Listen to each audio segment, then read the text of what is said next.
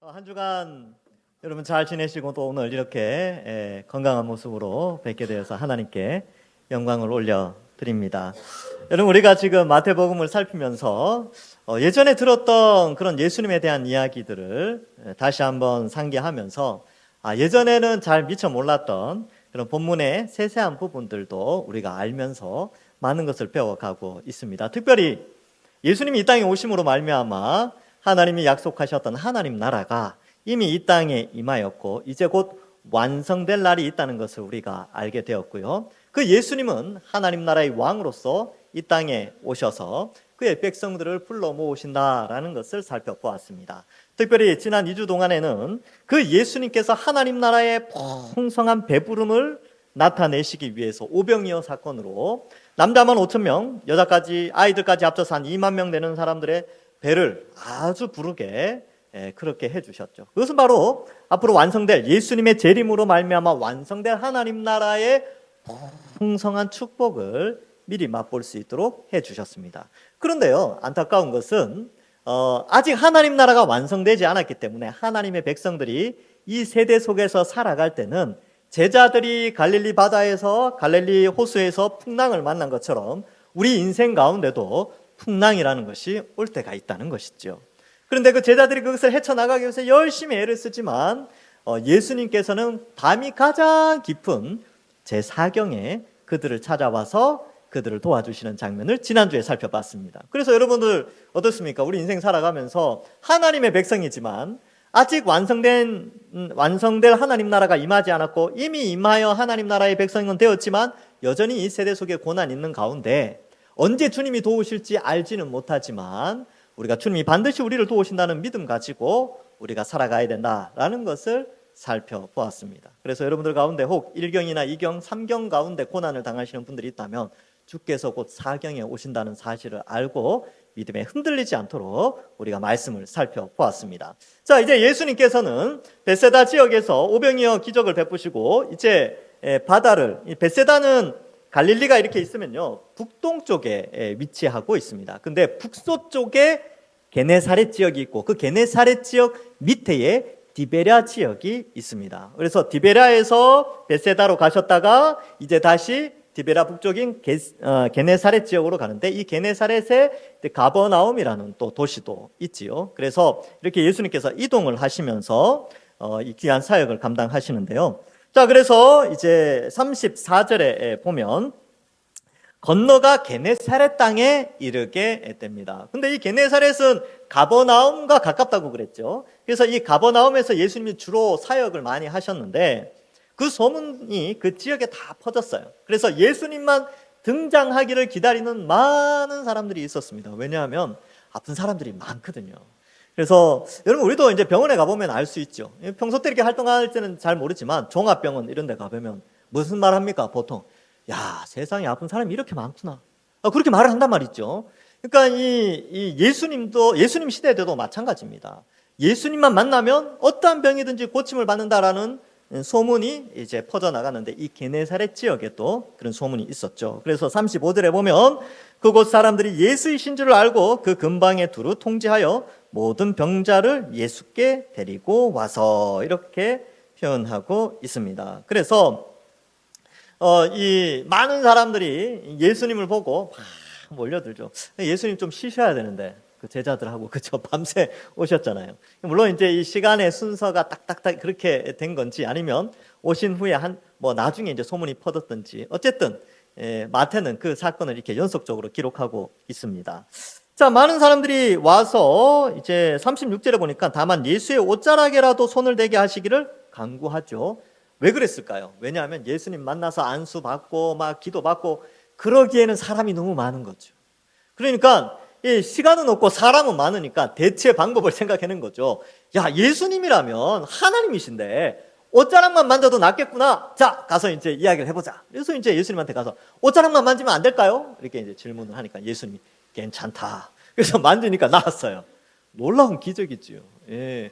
그래서 이러한 일들이 일어나는데 이 36절의 내용을 이 마가복음에는 조금 더 자세하게 재미있게 기록하고 있습니다. 마가복음 6장 56절에 보면 이렇게 기록하고 있습니다. 아무데나 예수께서 들어가시는 지방이나 도시나 마을에서 병자를 시장에 두고 예수께 그의 옷 가에라도 손을 대게 하시기를 간구하니 손을 대는 자는 다 성함을 얻으니라. 이게 무슨 말이냐면 이제 이 많은 사람들이 이제 예수님께 가기를 원하는데 사람이 너무 많은 거예요. 그래서 사람이 많고 또 사람이 많이 모이는 곳이 시장인데 시장으로 예수님이 이제 지나가실 때에 그 시장에 이제 병자들을 두고 이제 미리 가서 이제 이야기하는 거예요. 이거 옷자락만 만져도 되지 않을까요? 그래서 이제 지나가실 때 옷자락을 만지는 것이죠. 그러니까 이러한 많은 사람들이 예수님을 따라 다녔다라는 것이고 예수님도요 사람들을 불쌍히 여기셨어요. 아픈 사람들, 병든 사람들, 또 노환으로 고생하시는 분들 이런 분들을 보면서 예수님의 마음이 굉장히 아프셨어요. 왜냐하면 여러분 하나님께서 인간을 만드실 때 에덴 동산에서 아담과 하와를 만드실 때 죽음에 처하도록 만드신 게 아니에요. 그래서 하나님과 영원히 함께 행복하게 살도록 사람을 만드셨는데 죄로 말미암아 죽음을 향해 달려가는 그로 말미암아 노화나 또 질병이 다가오는 것을 예수님이 하나님이 기뻐할 이유가 없죠. 마음 아파하셨어요. 근데 그들을 직접 만나서 불쌍히 여기시고 그들을 고쳐주시게 되는 것이지요. 그래서 이렇게 고쳐주시는데 우리가 이제 성경에 복음서에 보면 예수님이 병자들을 고쳐주는 장면들이 많이 나오잖아요. 그때마다 기억하셔야 됩니다. 아하, 예수님만 있으면 병이 낫는구나. 예수님만 있으면 죽은 자도 살아나는구나. 결국 이것이 가르쳐주는 교훈은 뭐냐면 나중에 예수님이 재림하시면 우리가 예수님을 만나면 우리는 영생하는 육체로 부활하여 죽지 않고 쇠하지 않고 아프지 않는 몸으로 부활하게 될 날이 있겠구나 하는 소망을 우리가 가지게 되는 것입니다. 그래서 여러분 저도 그래요. 이제 우리 어르신들 또 이제 신방을 하면 가면 안 아프신 분들이 없어요. 이렇게 보면 식탁에 보면 또 이렇게 약 봉지가 이렇게 어르신들이 이렇게 놓여 있어요. 마음이 좀 짠합니다. 예. 그리고 이제 어디가 아프시고 그러면 마음이 아파요. 그래서 그때마다 생각하는 게 주님 빨리 오셨으면 좋겠다. 주님 오셔서 우리의 이 아픈 몸을 고쳐주셨으면 좋겠다. 이런 생각을 많이 하게 됩니다. 그래서 또 예수님 다시 오셨을 때 완성될 하나님 나라에서 그것이 성취가 완성이 되었지만 또한 이미 하나님 나라가 이 땅에 임하였고 하나님께서는 또 이 땅에 이미 임한 하나님 나라를 나타내시기 위해서 때로는 이러한 기적들을 허락해 주십니다. 그래서 야고보서에도 보면 병든 자가 있느냐 장로들을 초청해서 기도받고 기름을 바르라. 기름 바르라는 것이 바로 치료를 하는 것이거든요. 그래서 기도받고 치료하여 병을 고칠 수 있도록 그렇게 허락을 해 주십니다. 그래서 오늘날에도 저는 기적을 믿어요. 그래서 저는 기적을 많이 교회에 신앙생활 하다 보면 많은 기적을 봅니다. 어떤 기적이냐면 병원에서는 안 된다고 그런 거. 병원에서는 못 고친다 그랬는데 성도들이 그때부터 막 새벽 기도하고 함께 모여서 기도하고 또 이제 환우의 가족들은 교회에 와서 같이 막 기도 부탁하고 만나는 사람마다 기도 부탁한다 그러고 이렇게 몇 년을 기도했는데 고쳐주셨어요. 그런 경우가 종종 있다니까요. 하나님의 은혜가 완성될 하나님 나라에서는 완전하게 다 주어지지만 이 땅에서 이미 임한 하나님 나라의 속성상 천국을 미리 조금 맛보며 살아갈 수 있도록 하나님이 기적을 베풀어 주실 때가 있다는 거예요. 그래서 우리는 병들거나 지쳤을 때 낙심되지 않고 하나님께 기도하고 성도들한테 기도 부탁하시고요. 저한테 또 기도 부탁하셔서 기도 받으시고 그렇게 이 하나님의 은혜를 구하는 것이죠. 또 한 가지는요. 하나님께서는 이 시대에 의술과 약술, 즉 의학과 약학을 굉장히 발전시켜 주셨습니다. 모든 인류에게 햇빛과 공기와 물을 제공하시는 하나님의 일반적인 은혜가 있듯이 하나님은 일반적인 은혜로 이 의학과 약학을 발전시켜 주셔서 사람들을 치료할 수 있도록 은혜의 시대에 우리를 살게 하셨습니다. 그러니까 야고보서에서도 기도받고 치료하라 이렇게 되어 있는 거예요. 그래서 이러한 기적이 하나님의 기적이에요. 그래서 의술을 통하여 나았다 하더라도 하나님께서 이렇게 낫게 하셨구나. 그렇게 우리가 고백하는 것이죠. 그러나 우리가 잊지 말아야 될 것은 이 땅에서의 이 고침은요, 한시적이죠. 그래서 100년 이상 살기가 어렵습니다. 그러나 우리가 꿈꿔야 되고 소망해야 될 것은 바로 완성될 하나님 나라를 꿈꾸며 이러한 장면을 우리가 읽을 때마다 소망하게 되는 것이죠. 그래서 예수님은요, 바로 사람들의 몸을 고쳐주시고 영생 복락할 수 있도록 우리에게 축복하시는 분입니다. 그래서 때로는 여러분 아프십니까? 지금도 또 고쳐지지 않는 병으로 인하여 매일매일 약 드시면서 힘들어 하십니까? 예. 또 병이 오래되어서 또 고쳐질 기미가 보이지 않아서 참 힘들어 하시는 분은 있지 않습니까? 그러나 낙심하거나 좌절하지 마시고요. 주님 다시 오실 날을 소망하시면서 주어진 삶의 연수대로 하나님 앞에 영광 돌리며 믿음 생활 잘 하시기를 소망합니다. 자, 이렇게 병을 고쳐주시는 그 예수님의 사랑, 그 가운데 이제 한 사건이 등장하게 됩니다. 이 예수님의 이 사역은 갈릴리에서 주로 일어났는데, 이 갈릴리 지역의 남부에 있었던 사마리아를 거쳐서 저 남쪽에 사해 이제 서쪽 편 있죠. 거기에 남부 유대 지역에 예루살렘이라는 수도가 있었는데, 거기에는 산헤드린 공회가 있고 모든 이 유대인들의 신앙을 지도하는 공동체가 있었어요. 근데 거기에서 이 예수님의 소문을 듣고 이제 검증하러 북부 갈릴리로 몇 사람을 이제 파송을 하게 되죠. 거기에 바리새인들과 서기관들이 이제 올라와서 예수님의 사역을 점검하게 됩니다. 근데 예수님의 사역 가운데 한 가지를 트집 잡고 이제 시비를 좀 거는 것이죠. 보시면 2절에 15장 2절에 이렇게 기록하고 있습니다. 당신의 제자들이 어찌하여 장로들의 전통을 범하나이까?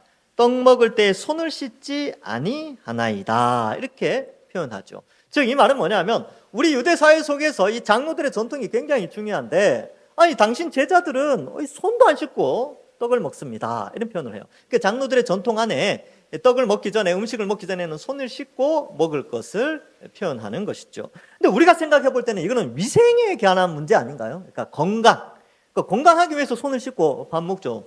여러분들 이제 식사하실 때 보통 손을 씻고 밥을 먹는데, 이게 왜 트집이 되었을까? 이게 왜 문제가 되었을까라고 궁금해하지 않을 수가 없지요.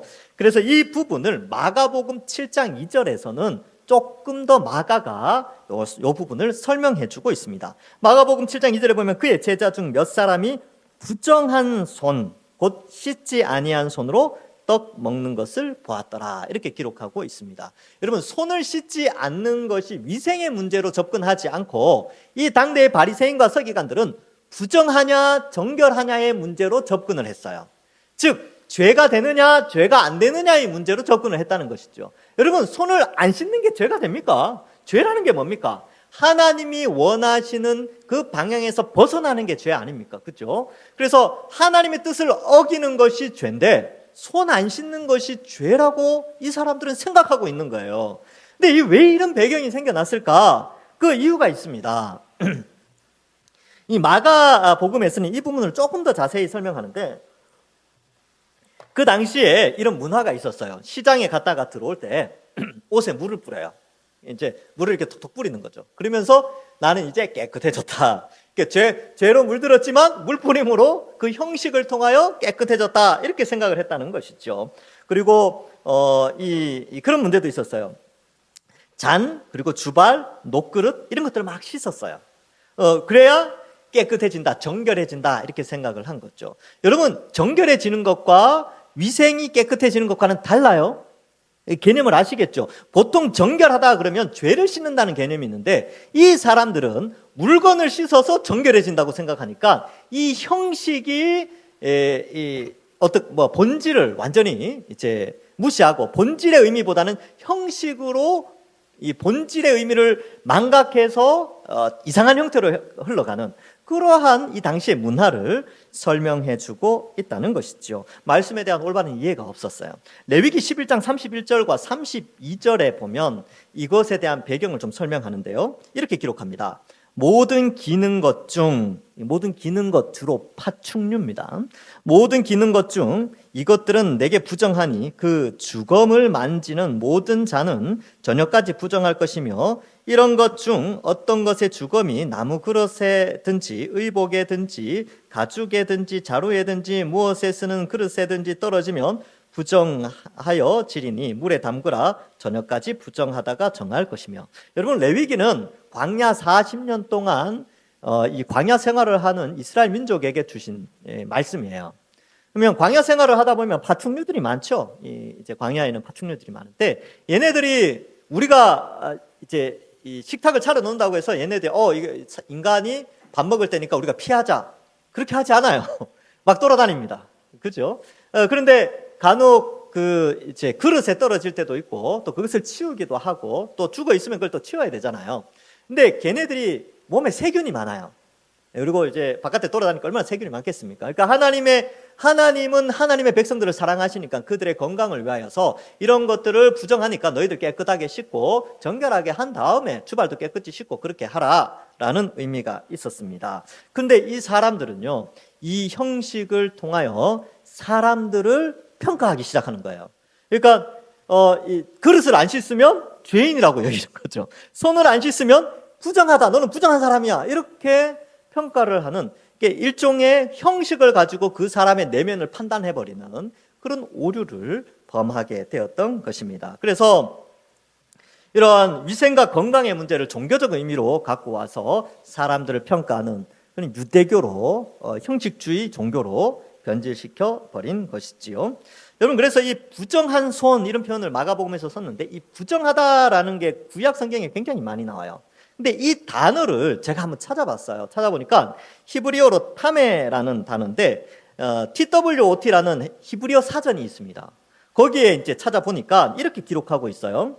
인간이 부정한 것을 멀리하듯이 하나님은 죄를 멀리한다. 그리고 그 뒤에 이렇게 써놓습니다. 그러니 너희도 부정한 것을 멀리하듯이, 이 부정한 것을 멀리하면서 죄를 멀리하라라는 의미로 이 단어를 썼다는 거예요. 그러니까 본질은 뭐냐 하면 죄를 멀리하는 거죠. 그래서 부정한 것들을 멀리하면서 씻고 손을 씻고 식기를 닦으면서 설거지하면서 죄가 멀어졌으면 좋겠다, 이렇게 마음가짐을 하라는 것입니다. 여러분, 바깥에 나와서 저녁에 손이 보면 아주 깨끗한 것 같아요. 그런데 비누칠해서 씻으면 어떻습니까? 하얗던 비누 거품이 어떻게 돼요? 꺼멓게 흘러나온단 말이죠. 그러면서 그걸 보면서 나는 이제 비누로 손을 씻었으니까 깨끗해진, 이제 죄가 없는 사람이야 라고 생각하는 게 아니라 어떻게 생각하냐면 내 죄도 이렇게 씻어져서 정결하게 되기를 원합니다. 죄를 멀리해야 되겠군요. 이렇게 다짐하라는 거죠. 그러니까 그 형식을 통하여 마음의 정결함을 추구하도록 하신 것이 정결규례예요. 근데 이 유대교에 속한 사람들은 그 형식 자체에 집중해서 난 손 씻었으니까 나는 깨끗해 라고 하면서 마음으로는 마음껏 죄를 짓는다는 것이죠. 그러니까 예수님이 이 부분을 다루고 있는 것입니다. 제자들은 예수님과 함께 있기 때문에 이미 정결해진 자들이죠. 예수님을 믿기 때문에. 그래서 그들은 손을 씻든 안 씻든 그들은 깨끗한 자들이에요. 예수님을 믿는 자들이니까. 그런데 이 바리새인들과 서기관들은 손을 씻지 않으니까 부정한 자다, 이렇게 표현을 함으로 말미암아 이제 예수님께서 이 부분을 그 당시의 문화, 그 장로들의 전통이라고 하는 그 전통으로 말미암아 하나님의 말씀이 가려지고 본질이 흐트러지는 것을 말해주고 있습니다. 자, 그래서 3절에 대답하여 이르시되 너희는 어찌하여 너희의 전통으로, 이제 2절에 장로들의 전통이죠, 하나님의 계명을 범하느냐라고 표현하고 있습니다. 즉 손을 씻는 것, 그 전통 때문에 그 본질인 하나님의 본질, 하나님이 그것을 통해서 요구하시는 너희 마음을 씻는 것, 너희를 깨끗하게 하는 것은 범하고 있다라는 것을 표현하면서 한 가지를 더 예로 들고 있습니다. 한 가지는 더 뭐냐 하면 바로 이 십계명의 말씀을 가지고 오시죠. 4절에 보면 하나님이 이르셨으되 내 부모를 공경하라 하시고 또 아버지나 어머니를 비방하는 자는 반드시 죽임을 당하리라 하셨거늘, 이렇게 표현하고 있습니다. 즉 이 표현은요, 결국 본질이 뭐냐면 부모님을 공경하라라는 본질인데 이 공경하지 않고 다른 부분을 또 가지고 온다는 것이죠. 아버지와 어머니를 저주하는 자는 반드시 죽임을 당한다라는 표현은 출애굽기 21장과 또 레위기 20장 9절에 나오는데, 십계명은 출애굽기 20장과 신명기 5장에 나와요. 근데 이 레위기 20장 9절의 말씀을 제가 한번 읽어드릴게요. 만일 누구든지 자기의 아버지나 어머니를 저주하는 자는 반드시 죽일지니 그가 자기의 아버지나 어머니를 저주하였은즉 그의 피가 자기에게로 돌아가리라, 이렇게 기록하고 있습니다. 성경은 살아계신 부모님께 효도하는 것에 대해서 굉장히 강하게 강조하고 있지요. 그런데 이 당시의 문화 속에 장로들의 전통에 의하여서 부모를 공경하라라고 하신 하나님의 말씀과 이 레위기의 말씀을 어기는 문화가 있었다는 거예요. 그런 이 장로들의 전통으로 말미암아 파생된 문화가 있었는데, 그것이 뭐냐 하면 5절에 보면 너희는 이르되 누구든지 아버지에게나 어머니에게 말하기를 내가 드려 유익하게 할 것이 하나님께 드림이 되었다고 하기만 하면 6절에 그 부모를 공경할 것이 없다 하여 너희의 전통으로 하나님의 말씀을 폐하는도다 라고 기록하고 있습니다. 이게 무슨 말이냐 하면 이런 거예요. 여러분, 2000년 전이나 지금이나 사람에게 있어서 돈이라는 것은 굉장히 중요한 가치를 부여해 주죠. 우리의 필요를 채우고 또 여전히 돈은 많이 있으면 많은 유익을 줍니다. 그런데 우리가 경제 활동을 해서 수입을 얻게 되고 그 수입의 일부를 하나님께 드리죠. 원래 그 수입은 다 하나님 거예요. 근데 하나님께서 우리가 먹고 살도록 10분의 1은 하나님께 바치고 또 나머지는 쓰도록 하죠. 그런데 우리가 11조를 하나님께 드리고 헌금을 하나님께 드리는데 그 나머지 가운데 또 나가는 지출이 많이 있어요. 세금도 내야 되고요. 생활비도 써야 되고 뭐도 하다 보면 우리가 이 돈에 대한 애착이 생기게 되지요. 그 다음에 부모님 공경도 해야 되니까 부모를 공경할 때는 재정적인 부분이 아무래도 지출이 되겠지요. 그래서 사람들이 판단을 한 거죠. 형식주의 아래에서 하나님의 법을 지키게 되는데, 여러분, 형식주의가 등장하게 된 배경은 사람들의 이목이에요. 사람들이 봐주는 것이 굉장히 중요합니다. 그래서 하나님께 드리는 헌금은 이 유대 사회 속에서는 반드시 해야 되는 부분이에요. 이거 안 하면 사회생활을 못 해요. 그 공동체에서 쫓겨나니까. 그러니까 이 하나님께 드리는 건 반드시 해야 됩니다. 사람들이 다 알게 되니까. 그리고 이제 헌금을 드릴 때 사람들이 보는 그런 위치에 놓고 이렇게 헌금을 드리게 돼 있어요. 그러니까 그건 반드시 해야 되죠. 그 다음에 국가의 세금을 내는 것, 가이사의 것은 가이사에게, 하나님의 것은 하나님께 드려야 되는데, 가이사에게 그 로마의 지배 아래에 있었기 때문에 세금을 내야 되죠. 그걸 또 내는 거죠. 이것도 다 사람들이 알아요. 다 본다는 말이죠. 평가가 되어지는 거죠. 근데 부모님께 하는 것은 아무도 몰라요. 사실 몰라요. 그걸 누가 이야기하겠습니까? 나 우리 엄마한테 얼마 드렸어. 누가 이야기합니까? 그냥 그건 알아서 하는 거죠. 이것은 밖으로 드러나지 않기 때문에 사람들의 머릿속에서 머리를 굴린 거죠. 그래서 형식을 갖추어 사람들에게 평가받을 수 있는 것은 드려요. 하나님께 드리고 세금도 내고 하지만 부모님께 대해서는 이게 아까우니까 이제 그를 빼고 하나님께 드리기 때문에 못 드립니다. 이렇게 했다는 거예요. 요거는 하나님 거니까 더 이상 드릴 게 없습니다. 이렇게 표현을 했다는 것이죠.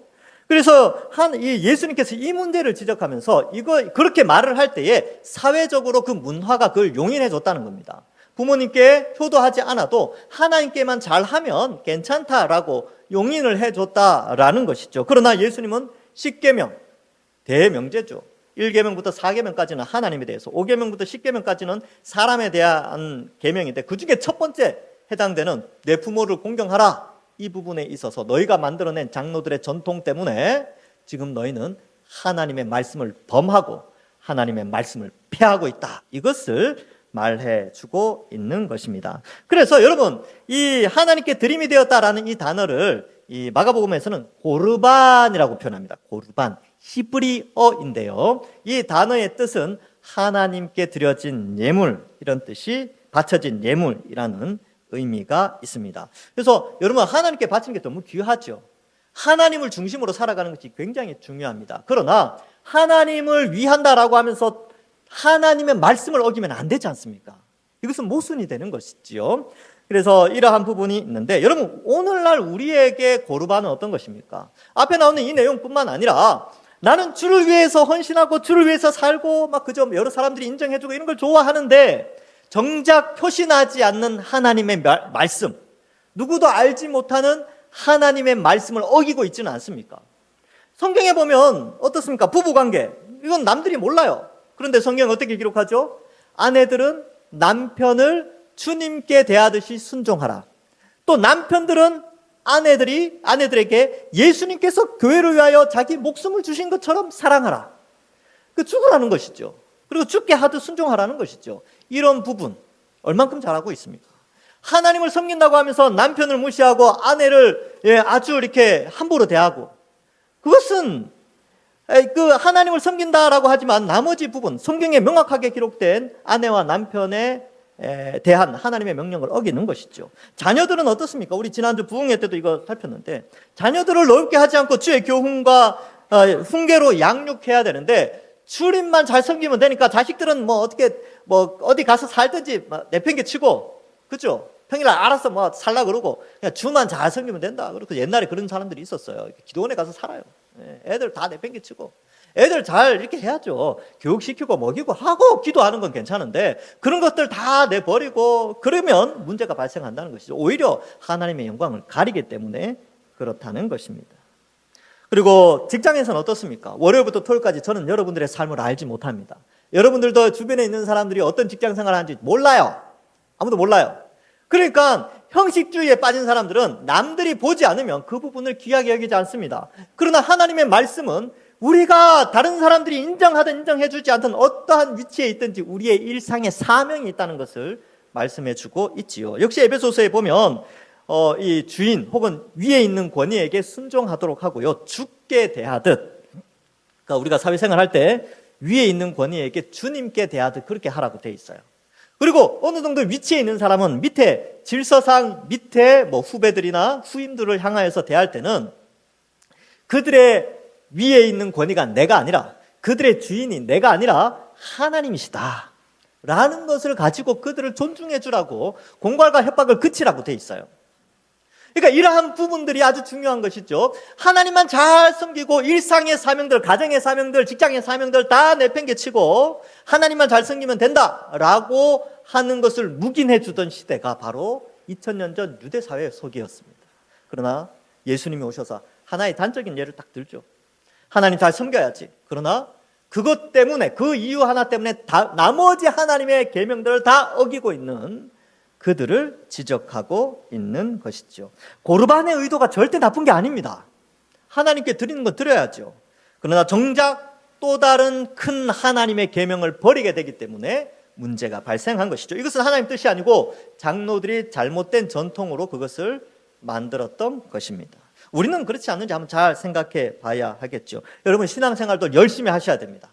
그러나 일상의 사명, 하나님께서 성경을 통하여 우리에게 일상생활, 월요일부터 토요일까지 이렇게 살아가라 라고 하신 그 일상의 사명도 우리에게 굉장히 중요한 하나님의 말씀입니다. 그래서 우리가 잊어버려야 되지 말아야 될 것은 주일날만 잘 살면 된다, 주일 성수만 잘하면 된다라는 이 형식주의에 빠지게 되면 이들이 2000년 전에 이 장로들의 이 전통에 빠졌던 그들의 오류를 우리도 범할 수 있어요. 주일날 예배만 잘 드리면 되지 월요일부터 토요일까지 목사님 신경 쓰지 마십시오 그렇게 한다든지 그죠? 그 주일날만 말씀 보면 되지 월요일부터 토요일까지 기도 말씀과 기도는 그냥 주일날만 하면 돼. 이러한 것들이 형식주의예요. 왜냐하면 그렇게 안 하면 이제 교회 공동체 안에서 좀 그렇게 이제 비춰질 수 있으니까 주일날 이렇게 주일만 거룩한 날이고 나머지 날은 아무런 의미 없다, 이런 식으로 하는 것이 형식주의, 이러한 문화가 형성된 거죠. 그래서 오늘날 비슷한 문화들이 있죠. 썬데이 크리스찬, 가나안 성도, 안나가 성도, 그런 거 있잖아요. 그런 문화가 어느 정도 용인되고 있는 것이 지금 굉장히 문제라는 것이죠. 사실은 성경에 보면 우리가 주일뿐만 아니라 매일매일을 주일처럼 살아가도록 우리에게 하나님은 요구하고 있는 것입니다. 근데 왜 주일에 집착하느냐 하면 주일은 눈에 보이니까. 와서 보고 또 사람들의 평가도 받고 또 눈에 보이니까 이 주일에 아주 집착을 해요. 그러나 사람들이 보지 않는 월요일부터 토요일까지의 일상의 사명, 하나님의 명령의 순종이 너무너무 중요하다는 것을 우리에게 말씀해주고 있습니다. 자, 그러면 손 씻는 것, 그리고 여기 나오는 고르반, 이 두 개의 공통점, 이 바리새인과 서기관들이 이 두 문제에 문제가 있었는데 이것의 공통점은 뭐냐면 둘 다 형식에 치우쳤다는 거예요. 본질은 잊어버리고 형식에 치우쳐져서 있었고, 정작 더 어떤 면에서는 하나님의 말씀들, 중요한 말씀들을 다 버리고 패하게 되는 3절과 6절의 그 예수님의 표현처럼 그렇게 버리게 되는 그런 문제가 발생하였습니다. 그래서 이러한 것을 예수님께서 지적하고 그들을 향하여 외식하는 자들아 라고 표현합니다. 7절에 외식하는 자들. 외식하는 자들이 뭐냐면 연기하는 자들이라 이런 표현입니다. 그러니까 교회 와서 거룩한 척 한다는 거예요. 그래서 이제 어떤 이제 청년들은 그래요. 우리 엄마 아버지는 교회 가면 천사인데 집에 오면 하여튼 그래요. 뭐 그런 분들이 있어요. 예, 그게 왜 그러냐 하면 이런 형식주의 때문에 그래요. 교회 와서 형식은 아주 정말 철저합니다. 근데 월요일부터 토요일까지 집에서는 엉망이야. 그래서 그런 부분을 막 이야기하는 청년들이 있었어요. 제가 옛날에 청년부 할 때. 그래서 제가 이제 막 잘 가르쳤죠. 그래도 우리가 연약하니까 더 자라가야지. 그렇게 이제 하고 했는데. 여러분 이게 주님 앞에서 우리가 혹시 이러한 모습이 있지 않은지, 우리는 연기자가 아닌지, 교회에 와서는 천사 같은 연기를 하면서 월요일부터 토요일까지는 그냥 불신자처럼 그렇게 살고 있지는 않은지 우리 자신을 돌아봐야 되죠. 우리는 외식하는 자가 아닌가 한번 돌아보게 되는 그런 말씀입니다. 그래서 이사야의 말씀을 인용하시죠. 8절에 보면 이 백성이 입술로는 나를 공경하되 마음은 내게서 멀었다. 그러니까 형식, 입술이라는 것은 형식인데 형식은 하나님을 경배하는 것 같은데 마음은 하나님으로부터 멀리 떨어져 있다는 것을 의미하죠. 9절에 사람의 계명, 장로들의 전통 이런 거죠. 조상들의 전통 이런 것들을 교훈 삼아 가르치니 나를 헛되이 경배한다 이렇게 표현하고 있습니다. 그래서 여러분 우리가 신앙생활을 할 때 신앙은 자라가야 되죠. 처음에는 형식이 굉장히 중요합니다. 왜냐하면 형식을 통하여 본질을 알아가는 훈련을 해요. 그런데 형식에 집중을 하면 본질을 잊어버립니다. 근데 손 씻는 거에 집중하면 손을 씻으면서 죄를 멀리해야 되는 본질을 알아가야 되는데 손 씻는 것에 집중해가지고 손을 잘 씻기 위한 10가지 방법 그런 거, 손을 잘 씻기 위한 비누 좋은 5가지 베스트 5 이런 거에 집중하고 있다는 거예요. 근데 그 본질은 뭐예요? 죄를 멀리하는 거라니까요. 그래서 내 부모를 공경하라, 난 하나님께 잘 섬겨야지 라고 하는데 나머지 계명들은 그 하나 때문에 다 버려버리게 되는 이런 형식에, 남들의 눈에 보이는 것의 평가를 추구하는 것에 집중을 하게 되면 하나님이 원하시는 말씀에 순종해서 멀어지게 된다는 것을 말씀해 주고 있는 것입니다. 말씀을 맺습니다. 여러분 오늘 2가지를 살폈습니다. 예수님이 이 땅에 오셔서 환우들, 병자들을 고쳐주셨어요. 그것을 통하여 예수님의 재림으로 말미암아 완성될 하나님 나라에서 부활의 영광스러운 몸으로 영원히 사는 것에 대한 소망을 우리에게 주시고 있고요. 그러므로 우리는 병들고 연약할 때 낙심하지 않고 하나님 의지하고 기도하면서 또 가끔가다 천국의 축복을 미리 맛볼 수 있게 고쳐주시기도 하기 때문에 포기하지 않고 기도하게 되는 것이죠. 또 한 가지, 예수님이 이렇게 우리의 몸만 고쳐주실 뿐만 아니라 우리에게 잘못된, 예수님 오셔서 왕으로서 그 하나님의 백성들, 하나님이 택한 백성들에게 잘못된 부분도 다 고쳐주시죠. 문화도 고쳐주시고 참된 말씀으로 그들을 가르쳐주고 있습니다. 그래서 우리도 이 말씀을 통하여서요, 어쩌면 이 한국교회 안에, 우리 동산교회 안에 형식주의로 말미암아 정작 중요한 것을 놓치고 있는 부분이 있지 않은지 그런 것들을 좀 점검을 해보고 또 우리의 신앙이 조금씩 자라가면서 하나님의 백성으로 더욱더 하나님을 사랑하는 그러한 것으로 살아가고요. 또 우리의 형식 때문에 누군가를 판단하거나 비판할 때는 정말 조심해야 됩니다. 정말 조심해야 되고 그것이 그러한 비판이나 그런 것들이 나에게 먼저 적용되어져서 우리 스스로가 더욱더 하나님의 말씀을 범하거나 피하는 것이 아니라 말씀을 든든히 세우고 말씀을 드러내어서 하나님께 영광 돌리시는 우리 모든 주의 백성들 되기를. 그리하여서 이번 한 주간도 오늘처럼 오늘 이렇게 거룩한 주일날 이렇게 오셔서 이제 아주 표정들이 밝으십니다. 이렇게 착해 보이셔요. 다 천사 같으세요. 내일도 이러시기 바랍니다. 이번 한 주간도 이러한 모습으로 하나님께 영광 돌리며 살아가시는 모든 주의 백성들 되기를 주님의 이름으로 간절히 축원합니다. 기도하겠습니다. 하나님 감사합니다. 주님이 오셔서 영원한 천국을 꿈꾸게 하시고 또 환우들, 병자들을 고치며 완성될 하나님 나라를 소망하게 하셨으니 감사합니다. 또한 이 땅에 오셔서 잘못된 것들, 또 잘못된 문화들을 고치시면서 완성될 하나님 나라에 대한 그런 소망을 가지게 하시고 또 하나님의 백성으로서 어떻게 살아가야 될지 가르쳐 주시고 인도해 주시니 감사합니다. 이번 한 주간도 오늘처럼 주일처럼 거룩하게 살아가서 하나님께 영광 돌리는 우리 모든 주의 백성들 다 될 수 있도록 축복하여 주옵소서. 감사드리오며 예수님의 이름으로 기도하옵나이다. 아멘.